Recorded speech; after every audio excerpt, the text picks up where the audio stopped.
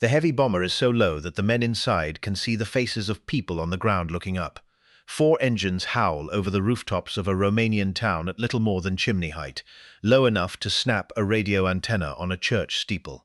Ahead, a forest of refinery towers and chimneys rises straight into the flight path, wrapped in black smoke and licking flame.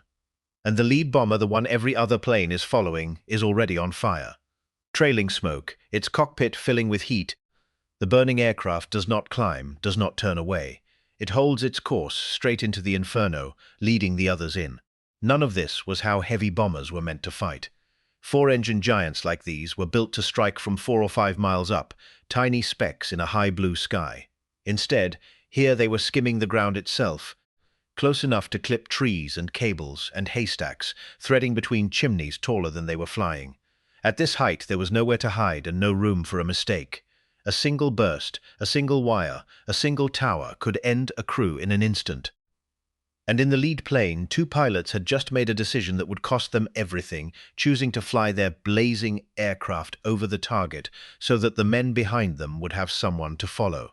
The 2 men were Lieutenant Colonel Addison and Major John Jerstad, and their bomber was a B-24 Liberator named Hell's Wench. The date was the 1st of August, 1943, and the mission had a code name that promised overwhelming force: Operation Tidal Wave.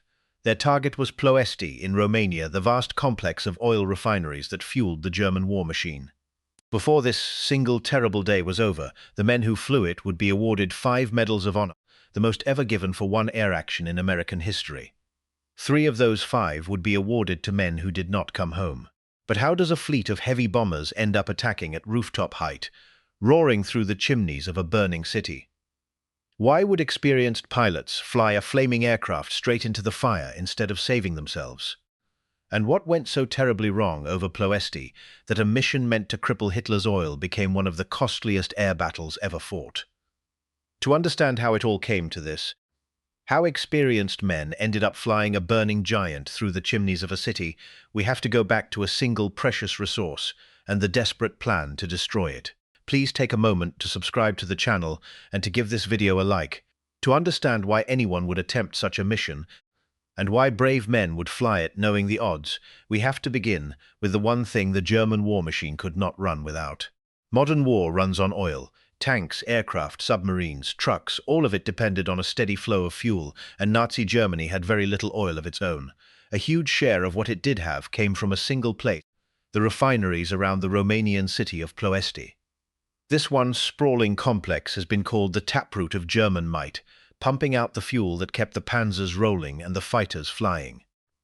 Allied planners understood that if they could smash Ploesti, they might starve the entire German war effort of its lifeblood. It was one of the most tempting targets in all of Europe, and also one of the most deadly. The plan that emerged was breathtaking in its daring. Heavy bombers would fly from bases in North Africa, near Benghazi in Libya, more than 1,000 miles across the Mediterranean and the mountains to reach Ploesti. And instead of bombing from high altitude, where they were expected, they would come in at treetop height, skimming the ground to slip beneath the enemy's radar and strike the refineries by surprise. It had almost never been tried with big 4-engine bombers. The crews trained for weeks over the desert, practicing their low runs against a mock-up of the target until they could fly the attack in their sleep. On paper, it just might work. The aircraft was the B-24 Liberator, a big, slab-sided bomber that could carry a heavy load a long way, exactly what a mission like this demanded. Roughly 178 of them were gathered for the raid, drawn from 5 bomb groups. Among the leaders were men like Addison and John Jerstad of the 93rd Bomb Group. Jerstad had already completed enough missions to go home, yet he volunteered for this one, choosing to fly into danger when he could have walked away. All across the desert airfields, crews wrote letters home and tried not to think too hard about the odds. They knew this was going to be like nothing they had ever done. In the pale dawn of the 1st of August 1943, the heavily loaded Liberators lumbered into the air over Benghazi one after another and turned north. Almost at once, the mission began to bite. One bomber crashed on takeoff. Then the aircraft carrying the lead navigator suddenly nosed over and plunged into the sea, taking with it some of the men who knew the route best. The Great Formation flew on across the Mediterranean. toward the mountains of the Balkans and the target far beyond, not yet knowing that losing those navigators would help set in motion a chain of disasters.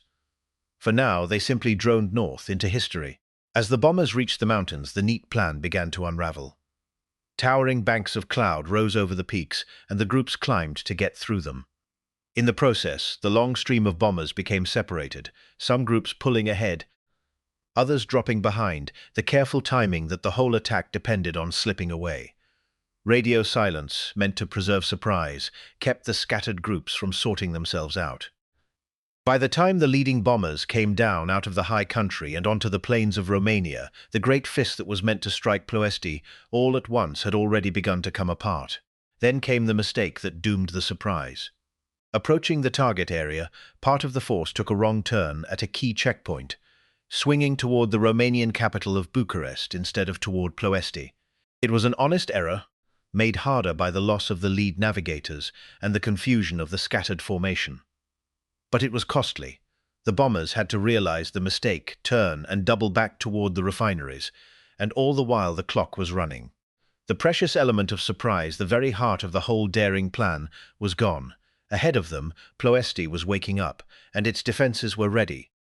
Ploesti was one of the most heavily defended targets in all of Europe, and now those defenses were fully alert. Ringing the refineries were hundreds of anti-aircraft guns, from massive emplacements down to weapons hidden in haystacks and disguised buildings. There were barrage balloons trailing deadly cables, and even a heavily armed train that could race alongside the low-flying bombers, hurling fire at them from close range. Enemy fighters were climbing to meet the raiders. Into this waiting storm, the B-24s now had to fly, not from miles above, but right down among it all, at the level of the rooftops and the guns. The stage was set for slaughter. At the front, leading his group toward the target, was Lieutenant Colonel Addison Baker in Hell's Wench, with John Jerstad at his side. As they bore down on the refineries at rooftop height, the defenses opened up, and Baker's bomber was hit hard and set ablaze. Fire streamed back over the aircraft. The two pilots now faced an agonizing choice. They still had just enough control to pull up, to try to gain height and give themselves a chance to bail out or crash land away from the target. But behind them, an entire group of bombers was depending on their lead to find the way in through the smoke and confusion. Baker and Jerstad made their decision in the space of a heartbeat.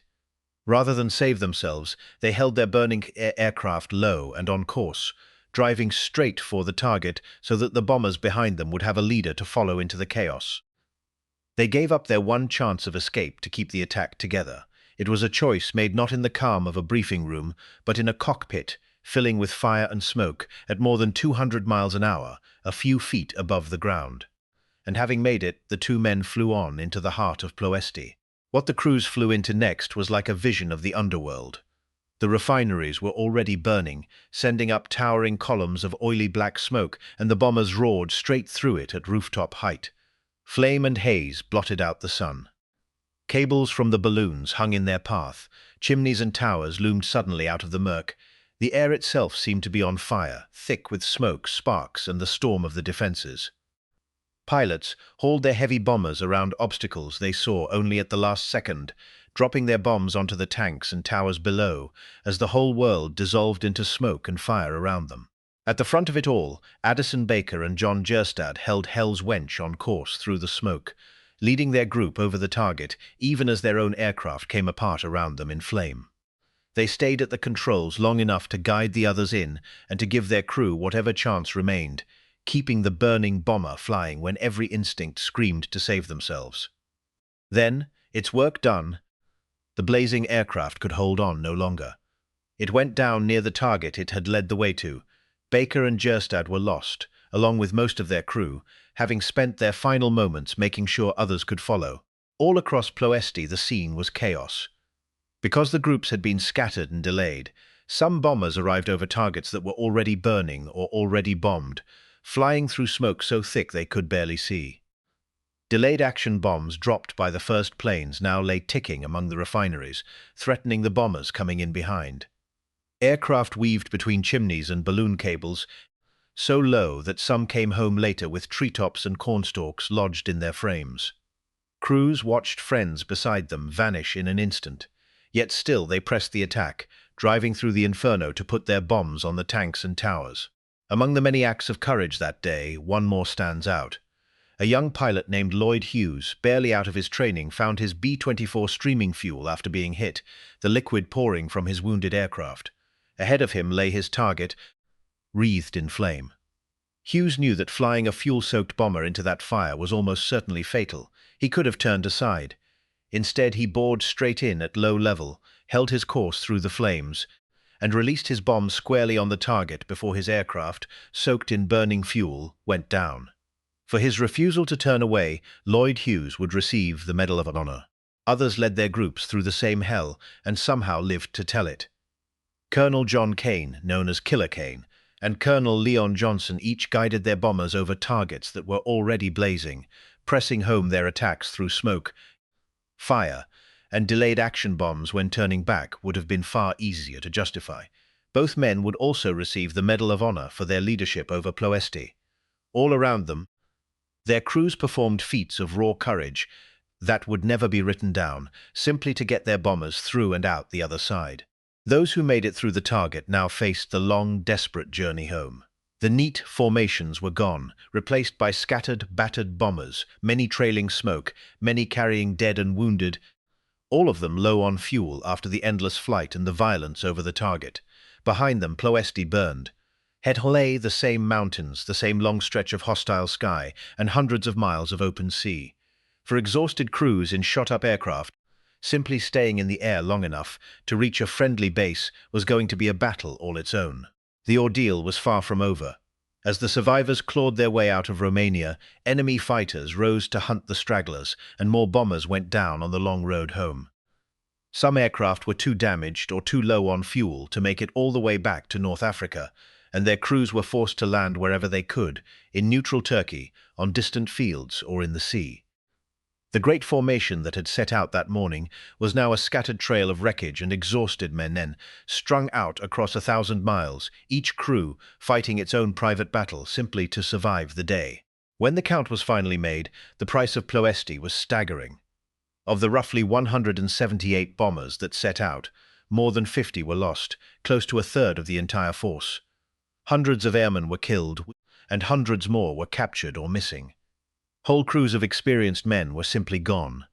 It was one of the costliest single missions the American Air Forces would ever fly, a day of losses so heavy that it would be remembered with a kind of awe. The men who came back were changed by what they had seen over those burning refineries. And yet, for all the courage and all the sacrifice, the results were bitterly disappointing. The refineries were battered and set ablaze, and for a short time their output fell.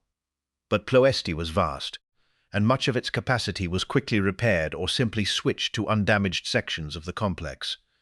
Within weeks, the oil was flowing again, in some ways more than before.